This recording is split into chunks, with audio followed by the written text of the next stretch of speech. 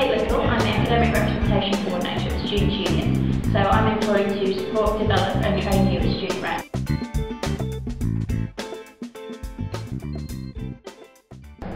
Welcome to online meetings training.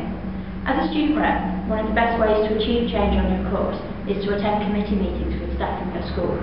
The most common committee that student reps sit on is the Staff Student Liaison Committee, or SSLC. SSLCs are normally attended by student reps from different years of similar programs and academic staff who deal with your program or discipline area. It may also be attended by your staff coordinator, who is a key contact for you as a rep. They're normally members of administrative staff who email you details of meetings and often act as secretaries to SSLCs. If you don't know who your staff coordinator is, contact Kate Little at kate.little@manchester.ac.uk.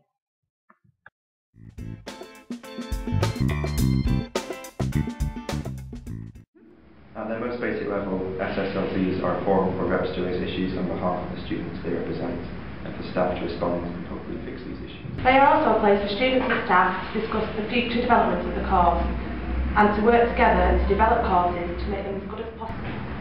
In meetings, students and academics work in partnership to improve courses for everyone. As a student rep, you are equal with the academics and shouldn't be afraid to raise your comments on behalf of students. It's what you've been elected to do. You'll probably be sent the papers in advance by email. Make sure you give yourself enough time to read them so you're fully prepared. You'll probably want to print them and bring them to the meeting. If you're sent an agenda, think about what you might want to say on each item. You may not have anything for some of the points, which is fine, but if you have some issues you want to raise, it's worth thinking about where in the agenda would be the best place to bring them up. You may wish to submit an agenda item yourself. To do this, contact the secretary of your SSLC, who's usually your staff coordinator. You may be sent longer documents, such as minutes from the last meeting, or papers to be discussed. If you've got minutes or papers to read, you may wish to mark useful sections so that you can find them more easily in the meeting. If you're short on time, read conclusions and recommendations first so that you know what actions to follow up. When you've read the papers, decide on your objectives. Think about what you want to get out of the meeting and write these objectives down.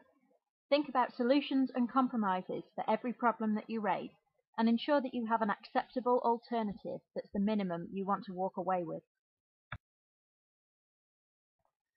Finally, we would encourage you to check your understanding with other reps so that you're all on the same page. You may also find that issues affect different years of your course, so you can raise them jointly for more impact and plan your strategy for the meeting.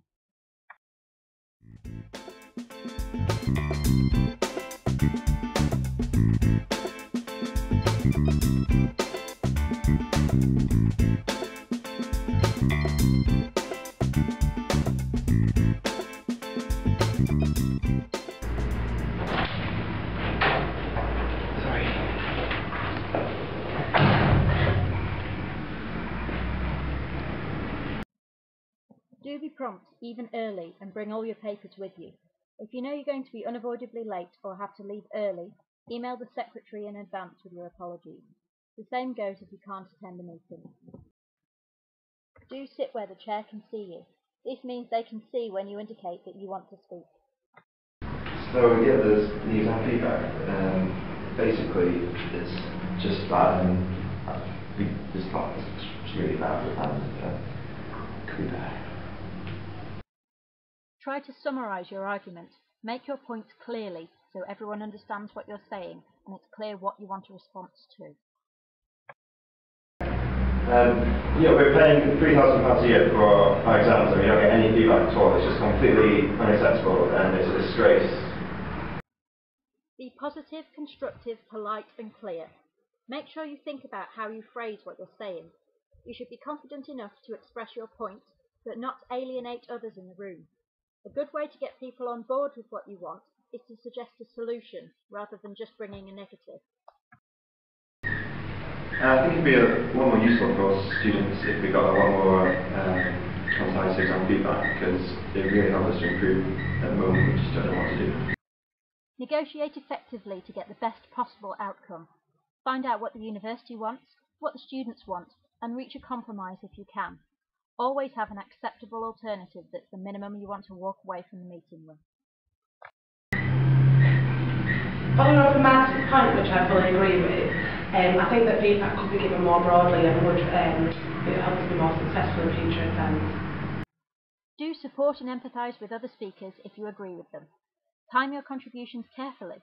If you have an issue to bring, look at the agenda to find the most appropriate time to raise it. Or if another rep is speaking on a similar topic, you may wish to bring up your point as part of the discussion.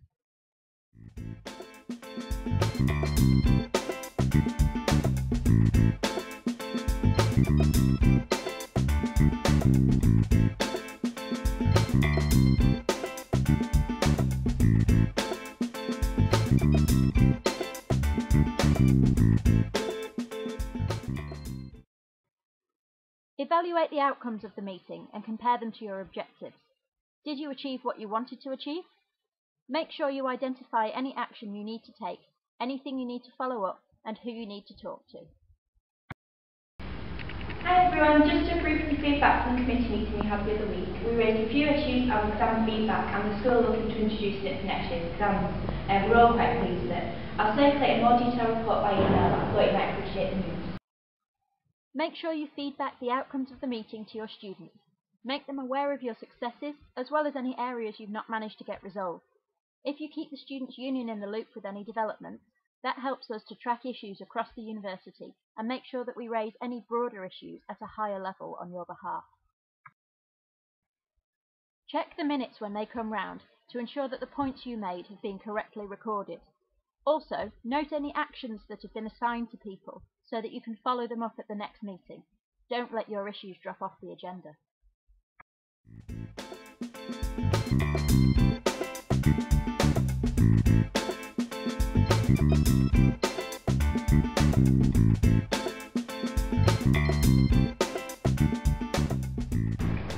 So those are our tips for meetings.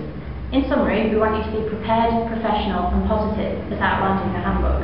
Remember, if you've got any queries or if you don't understand something in your papers, get in touch with the staff in your school or you can contact me at the union on kate.whittle@manchester.ac.uk.